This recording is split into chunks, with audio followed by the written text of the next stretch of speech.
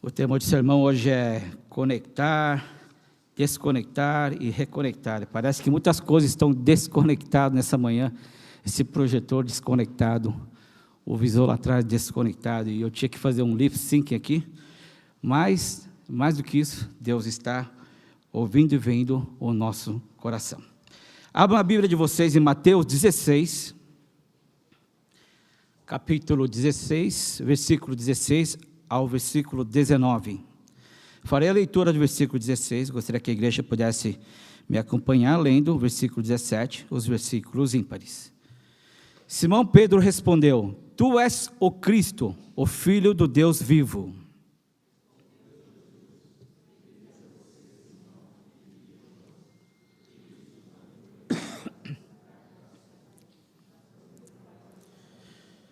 E eu lhe digo que você é Pedro, e sobre essa pedra edificarei a minha igreja, e as portas do Hades, ou seja, do inferno, não poderão vencê-la.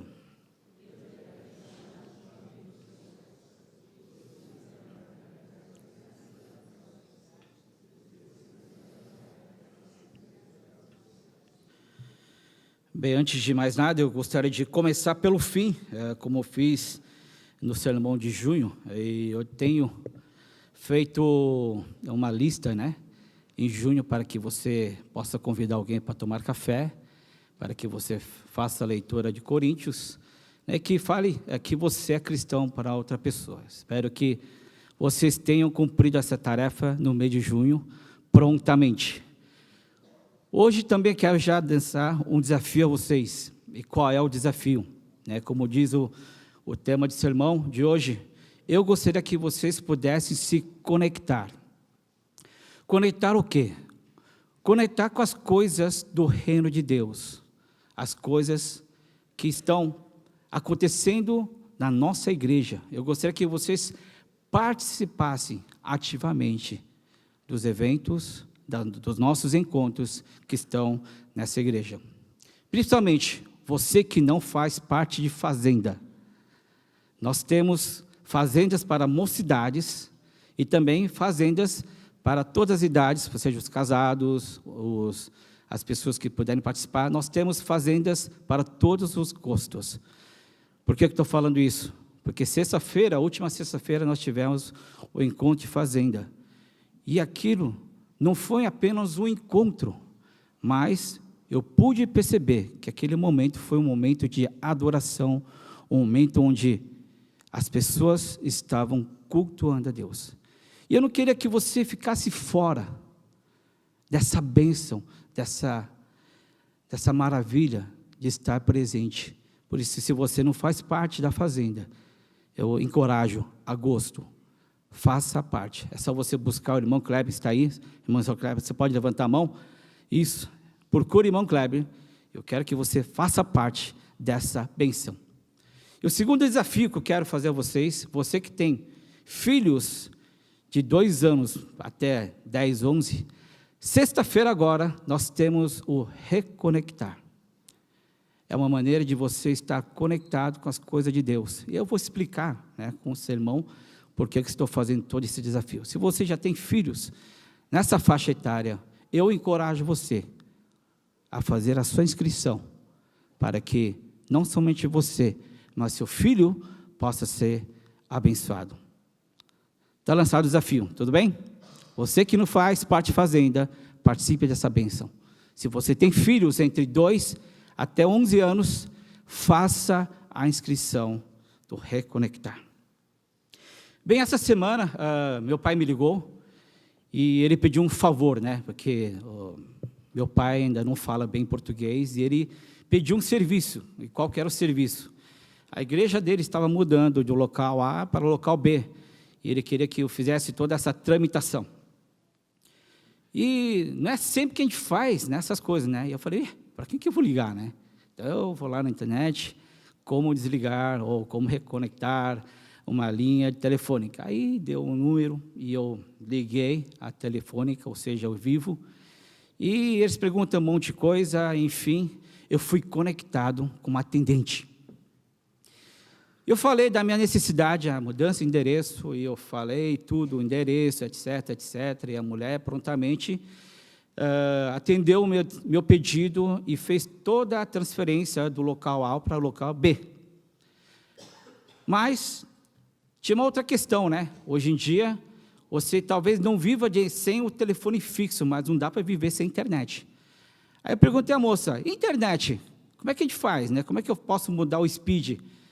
E ela falou, me fala seu CEP, né? Eu falei o CEP novamente, e a mulher fala, ali não vai entrar a internet. Mas como assim não entra a internet nesse mundo?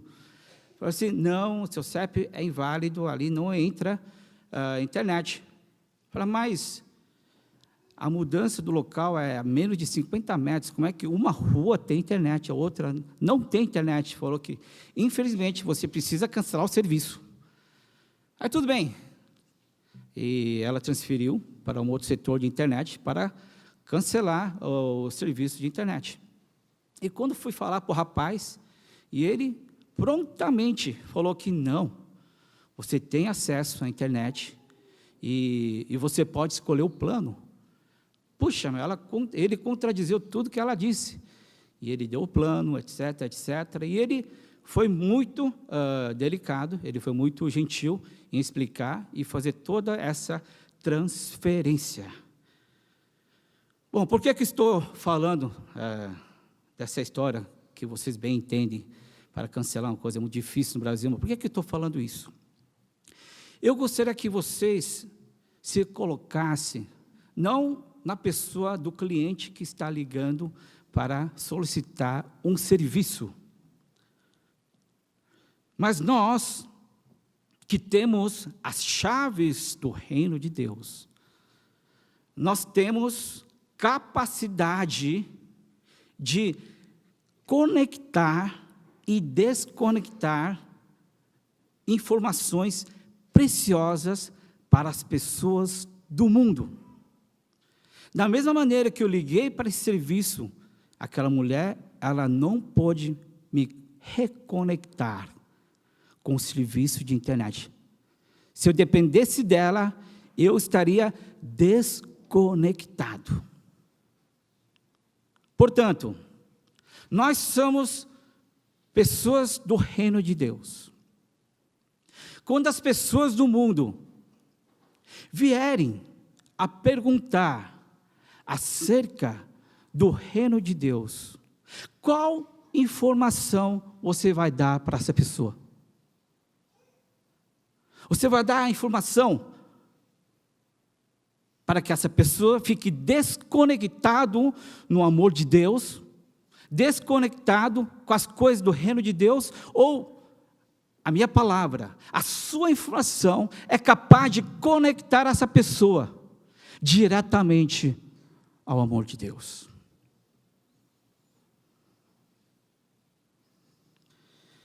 Eu e você não são apenas pessoas que vão solicitar o serviço do reino de Deus, mas com autoridade que foi dada a cada um de nós. Eu e você precisamos conectar, desconectar e reconectar pessoas para a expansão do reino de Deus. E para explicar isso, eu quero responder duas perguntas. A primeira pergunta é: para quem foi dada a chave do reino de Deus? E a segunda pergunta: como devemos usar essa chave? Talvez hoje nós só tenhamos tempo para abordar essa primeira pergunta: para quem foi dado a chave? E talvez numa outra oportunidade eu possa estar falando como devemos usar essa chave. Eu pergunto à igreja aqui presente, olhando o texto de hoje: para quem foi dado a chave do reino de Deus? A resposta é, versículo 16, Simão Pedro. A primeira impressão parece que essa chave foi dada para Simão Pedro. Mas se você olhar atentamente o versículo 17, nós vemos que não foi somente ao apóstolo Pedro que essa chave foi dada. Vamos ler o versículo 17? Respondeu Jesus: feliz é você, Simão, filho de Jonas, porque isso não lhe foi revelado por carne ou sangue, mas por meu Pai que está nos céus. Pedro, como um mero, simples pescador, ele não era profeta, ele não era professor da lei, ele acabou de ser um discípulo de Jesus. Olha, estamos ainda no capítulo 16, né? Metade da vida do discipulado. Ele ainda não tinha uma compreensão clara de quem era Jesus. Tanto é que, quando Jesus refere ao Pedro e fala: Simão, filho de quem? Filho de Jonas. Ou seja, o texto está falando, esse versículo fala que o Pedro, o Simão, tinha um pai que chamava Jonas, que provavelmente ele também, o pai de Jonas, não foi capaz de ensinar de quem era Jesus, qual era o papel de Messias ou Cristo ao povo de Israel. E o texto fala por si só, diz: porque isso não foi revelado por carne e nem por sangue.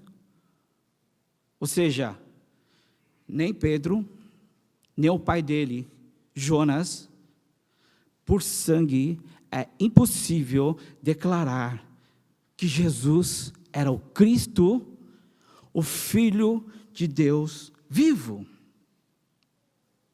E mesmo na hora que o Pedro declarou: tu és o Cristo, o Filho de Deus vivo, a Bíblia ainda diz, isso foi não uma coincidência, mas nada mais, nada menos do que a revelação de Deus, a revelação do Pai na vida de Simão.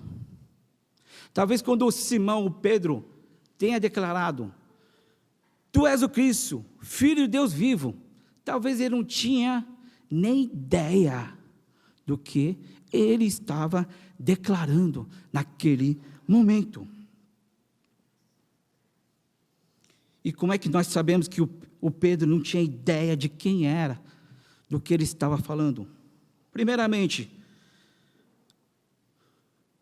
tu és o Cristo. O que é Cristo? Cristo nada mais do que Messias. E qual é o trabalho de Messias? Aquela pessoa que vai restaurar Israel, aquela pessoa que vai redimir o seu povo, e para que a glória de Israel possa ser recuperada pelo Messias ou pelo Cristo. Mas se você vê Mateus 1, e nós vemos a genealogia de Jesus, diz o seguinte, que tinha 14 gerações de Abraão a Davi, e de Davi até o exílio babilônico, 14, e mais 14 do exílio até Cristo.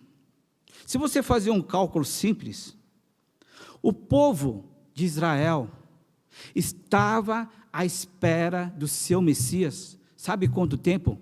Pelo menos 24 gerações. Agora eu pergunto, Cristo, Messias, tinha alguma relevância na vida do Pedro, ou talvez daquelas pessoas que viviam naquela época? Talvez nenhuma. Talvez para ele um Cristo, Messias, era apenas uma lenda, que foi falado que vai vir uma pessoa, mas que isso nunca se tornou realidade na vida, durante 24 gerações. E também era impossível para o Pedro, na condição de pescador, adivinhar que esse Deus tinha um filho. Em terceiro lugar, também era quase impossível para o Pedro descobrir que esse Deus ainda está vivo. Porque antes de João Batista, do livro Malaquias até o Novo Testamento, os historiadores falam que Deus se calou. Ele se permaneceu em silêncio por 400 anos. Imagina, a nossa igreja tem 50 anos. Imagina Deus calar a nossa igreja por próximos 400 anos. Será que a gente vai realmente dizer, nosso Deus está vivo? Era realmente impossível o Pedro declarar a frase que ele disse, se não fosse revelada por Deus.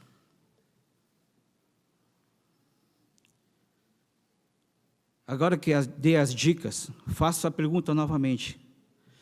Para quem foi dada as chaves do reino dos céus? Para Pedro? A resposta é não. Não foi somente ao Pedro, mas para todo aquele que declarar que Jesus é o Cristo, o Filho do Deus vivo. Você tem a sua chave, a chave do carro, não tem? Você tem a chave de casa, a chave de seu negócio e outras chaves. Agora eu pergunto a você, você tem a chave do reino de Deus? Está com você aí a chave do reino de Deus? Se você tiver, me mostra. Bem, Jesus Cristo não deu uma chave de ouro desse tamanho, né? Pedro, toma a chave, agora você tem a chave do reino de Deus. Sabe quando a gente vê esse texto, sabe qual a imagem que nós temos? Que o Pedro, ele é o zelador do céu, não é? Que ele está lá, né, com as chaves, aí você morreu e você vai entrar no céu e o Pedro está com a chave assim, qual é o seu nome? Você está na lista, então o Pedro vai abrir as portas do reino dos céus. Nós temos uma imagem equivocada, de que apenas o apóstolo Pedro tem a chave do reino dos céus, e quando você for lá, ele vai abrir a porta para que você possa entrar. Não foi uma chave física que foi dada a Pedro, mas essa chave tem um nome: a confissão da sua fé. Não é uma chave física, mas é uma chave que está no seu coração. É a declaração de quem Jesus é em nossas vidas. Mas sabe qual é o problema? O problema é que Deus, não é problema, mas Deus tinha revelado para Pedro essa verdade. Mas para nós, que agora começa a se tornar problema para nós, é que falar de Jesus, falar de salvação, já não é uma revelação de Deus. Não estou falando que não seja, mas pessoas como eu, pastor, nós estamos todo domingo falando de Jesus. O problema que eu quero ressaltar aqui é que quando nós falamos de Jesus, quando nós proclamamos a palavra de Deus, falando quem é Jesus, o grande problema é que quando vai para a vida dos nossos membros, vai como informação, e não vai como revelação. E isso tem uma diferença tremenda. Há mais de 2000 anos, o mundo inteiro sabe que Jesus morreu, por isso que quando chega o Natal, todo mundo faz feliz Jesus, e quando chega a Páscoa, tem a paixão de Cristo, todo mundo sabe da pessoa, da obra de Jesus. Até as pessoas que não creem, ou as pessoas que não vêm na igreja, conhecem esse episódio. E podemos ir até além, até o diabo crê na existência de Jesus. Mas qual é a diferença? A diferença é se isso foi revelado a você, ou isso apenas está sendo acumulado na mente de cada um de nós como informação. Se a palavra de Deus, a confissão de Deus, ser apenas uma coisa decoreba, para mim e para você, nós não temos a chave do reino de Deus.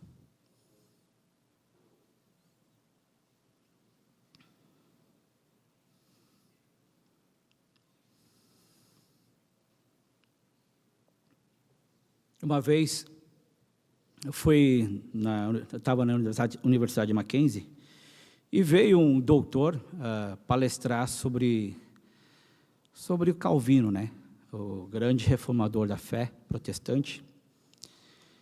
E ele, com propriedade, falava do Calvino, de que o Calvino ele foi contra, né, a Igreja Católica, que ele defendeu as teses ali, papapá, que a fé dele, se não fosse a fé dele, a Suíça não seria a Suíça hoje, se não fosse a fé dele, papapá, parará, parará, parará. Aí ele estava falando, uma coisa veio no meu coração. Será que esse doutor, ele acredita no que está falando ou só está falando? Aí chegou a oportunidade de eu provar a minha tese. Aí chegou a parte de perguntas e respostas. E eu levantei a mão. Alguém tem uma pergunta? Eu tenho uma pergunta. Poxa, senhor, realmente a sua abordagem foi muito legal e realmente se não fosse a fé do Calvino, se não fosse a insistência dele, nós teríamos um mundo diferente, mas graças a ele nós temos um mundo melhor, porque a fé, pará. Eu falei assim, eu tenho uma pergunta, o senhor crê no que você fala? Sabe o que ele respondeu? Não.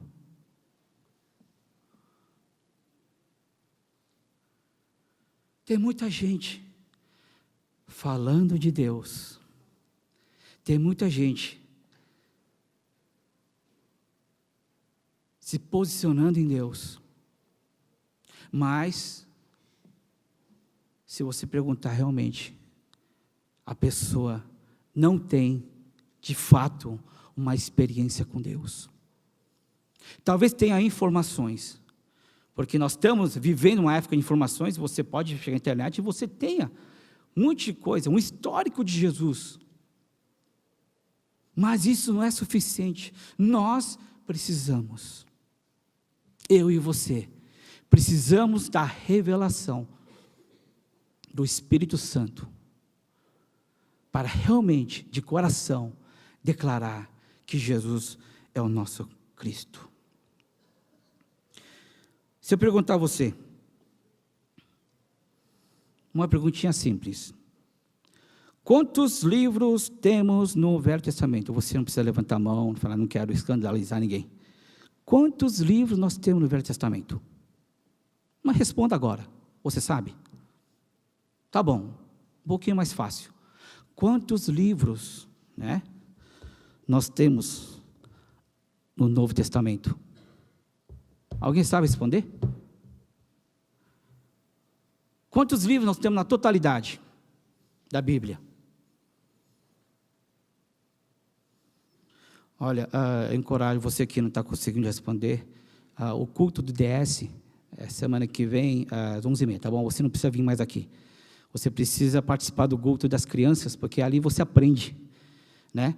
Quantos livros tem na Bíblia, tal. Mas essa não é a questão. A questão não é você saber a Bíblia, decor, parará, quantos livros tem. Você pode falhar em responder essas pequenas perguntas básicas acerca da Bíblia. Mas, o que você não pode falhar, quando te perguntarem, você não pode falhar em responder quem é Jesus na sua vida.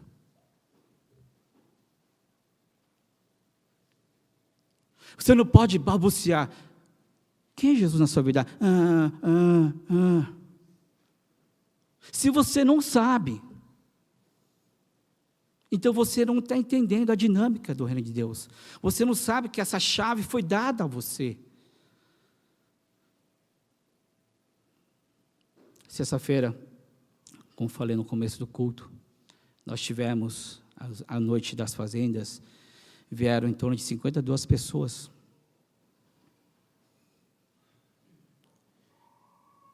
E o que é programado é o seguinte: o que foi programado foi o lanche, né? Para ninguém passar fome, isso foi programado. O louvor foi programado, né? O Filemão tocou os louvores. O irmão Toshi e o irmão Kleber, programado, eles compartilharam a palavra. Mas o que não foi programado, o testemunho dos irmãos, naquele momento, foi uma bênção. Eles não estavam falando de um Jesus teórico, um Jesus decoreba. Eles não estão falando de um Jesus, nós temos 39 livros do Velho Testamento e 27 do Novo Testamento. Eles não estão falando chavões cristãs. Eles estavam compartilhando a vida deles. E como Jesus tem intervindo na vida deles. Não porque Jesus veio e resolveu os problemas daquelas pessoas.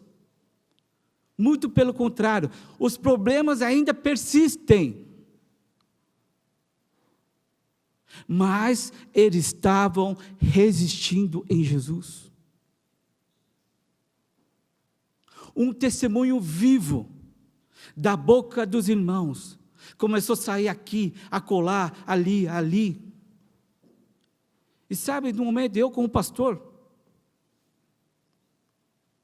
o seu Kleber nem me chamou, mas fiquei meio triste, mas nem precisou chamar. Essa foi a melhor bênção. As pessoas estavam falando tanto de Deus, tanto da palavra de Deus, tanto da intervenção de Deus, que não precisava o momento do pastor falar. Não precisava. Eles estavam falando, glorificando, louvando, adorando quem era Deus. Cada um na sua cor, cada um com o seu timbre, da sua maneira, com o seu dom.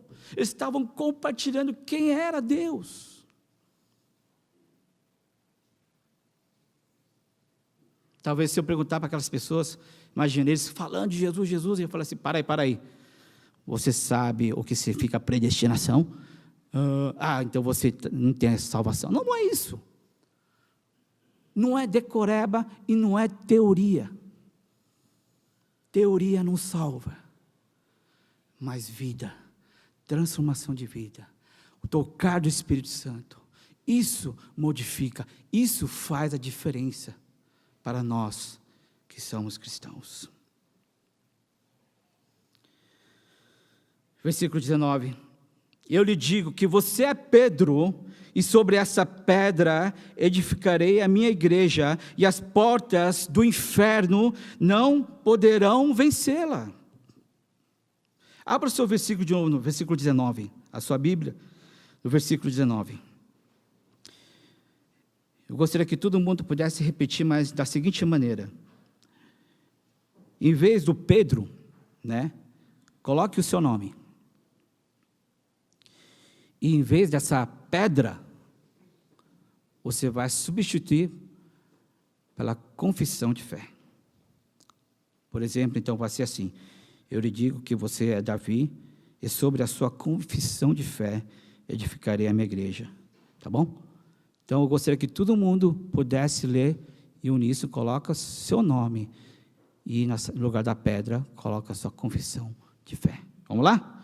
Eu lhe digo que você é Davi, e sobre esta confissão de fé, edificarei a minha igreja, e as portas do Hades não poderão vencê-la.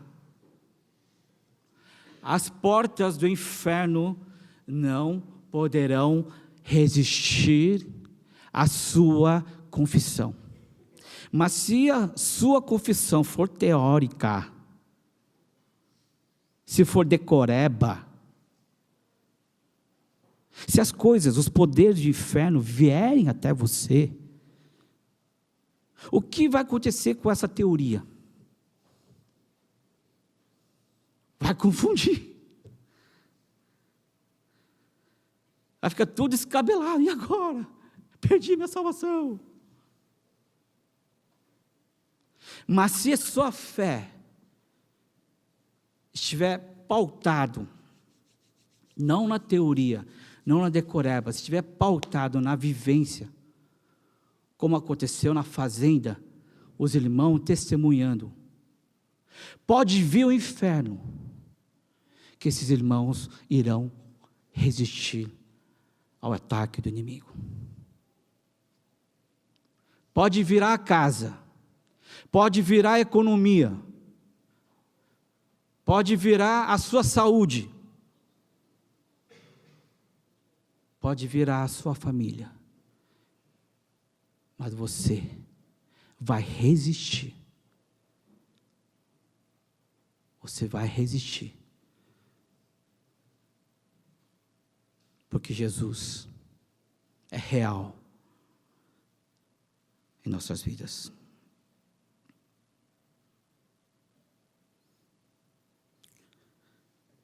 Muitas coisas que ainda são teorias acerca de Jesus, e você ainda não vivenciou. Se essas coisas ainda se mantêm na teoria, nós podemos dizer que essas áreas que estão na teoria ainda não foram entregues a Deus. Se você não experimentou Jesus, aquele pecado que você mais pratica, e se você ainda está na teoria, Jesus salva, Jesus vai resolver, mas se isso ainda não foi incorporado na minha vida, ao ponto de gerar uma fé, ao ponto de transformar, então todas essas áreas que estão apenas relativamente na teoria, significa que o reino de Deus, o governo de Deus, ainda não está totalmente presente em nossas vidas. Não estou dizendo que você não foi salvo. Estou dizendo que o poder do inimigo, a porta do inferno, está atacando você. E você não está sabendo se defender. Você não está sabendo como se proteger. Portanto, cada vez mais, quando entrego o senhorio das minhas fraquezas, das minhas dificuldades, dos meus sonhos, na presença de Deus, e você assim o faz e espera, tanto mais, áreas da minha vida, da nossa vida, estarão no controle e na soberania de Deus.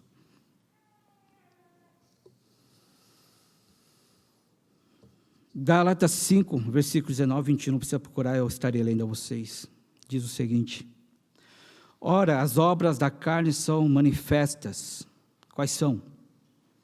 Imoralidade sexual, impureza, libertinagem, idolatria, feitiçaria, ódio, discórdia, ciúmes, ira, egoísmo, dissensões, facções, inveja, embriaguez, orgias e coisas semelhantes. Esse é o poder de Hades, esse é o poder do inferno que vem sobre as nossas vidas. Qual é a chave que você vai mostrar? que você vai fechar essas portas?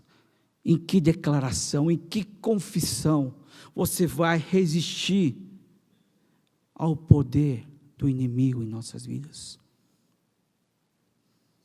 E o versículo continua: e eu os advirto, como antes já os adverti, que os que praticam essas coisas não herdarão o reino de Deus.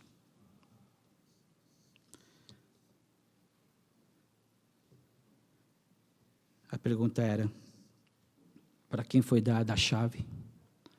Não foi somente ao Pedro.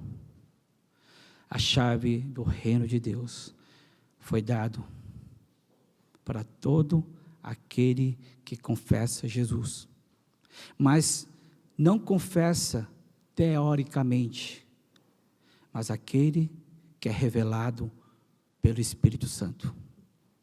Portanto, quando você sente nojo, quando você está pecando, quando você se sente um grande incômodo pelas suas fraquezas, porque isso não glorifica a Deus, saiba que é a ação do Espírito Santo. Saiba que Jesus, através do Espírito Santo, está revelando a cada um de nós, para que nós possamos despojar cada vez mais das coisas que pertencem ao inferno, e que nós possamos, quanto antes, saber o que nós devemos fazer com essa chave que foi dada a cada um de nós. Ainda tem a segunda parte, mas como ele disse, mais 30 minutos eu vou dar conta da segunda parte, mas eu vou deixar isso para a cena dos próximos capítulos. E seriam: como devemos usar essas chaves? Então, a primeira coisa, eu queria identificar para quem essa chave foi dada. E uma vez que você sabe que tem essa chave, como é que eu devo usar essa chave? Para fazer o quê? Então, essa é a mensagem que eu gostaria essa primeira parte, eu gostaria de estar compartilhando com os irmãos. E eu queria que vocês pudessem curvar as cabeças. E eu tenho um pedido de oração.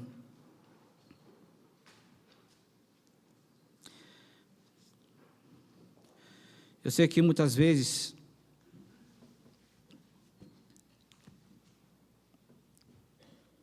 nós viemos à igreja e nós já ouvimos falar muitas coisas sobre Deus, muitas coisas acerca de Jesus, da sua salvação. Talvez, se eu perguntar a você quem é Jesus, talvez você tenha uma resposta chavão.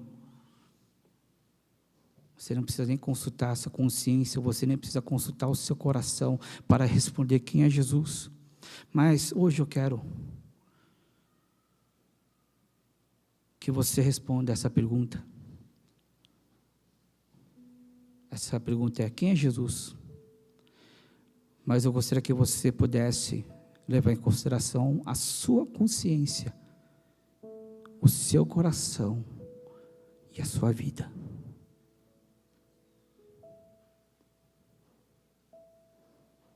Não quero que você responda: quem é Jesus? Ah, meu Salvador, aquele que morreu na cruz. Não. O que isso significa para nós? Em que realidade nós vivemos? E quão importante, o quanto é importante Jesus participar da sua vida? Eu gostaria que você pedisse: Jesus, eu não quero que você seja apenas mais uma informação, mas através da sua revelação, eu possa repudiar as coisas que não te agradam. Eu quero entregar, eu quero ser transformado. Quais são os seus pecados mais frequentes? Tenha fé, que você possa experimentar a salvação até nesses pecados. Faça a sua oração em Jesus.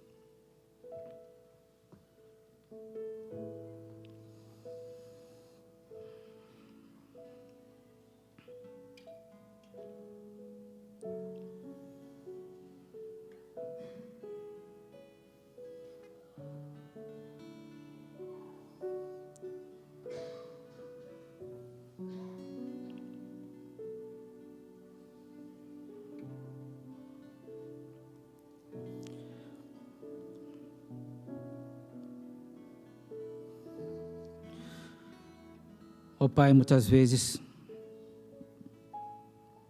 a verdade acerca de Cristo vem sendo passado por carne e por sangue. Mas sabemos que essa verdade só pode se tornar realidade pelo Teu poder, Pai. Portanto, Senhor, manifesta o Seu poder. Nós queremos experimentar, Pai,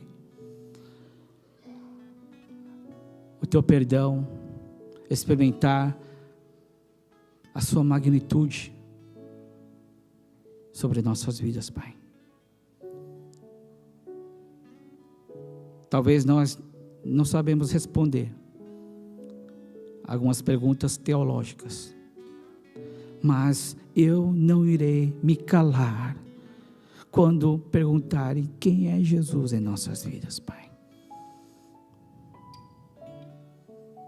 Pai, eu não vou me calar da bondade que o Senhor tem feito por cada um de nós.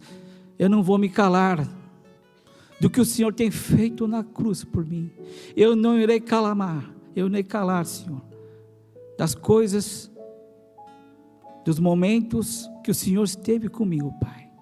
Muito pelo contrário, Senhor. Nós queremos clamar essa verdade.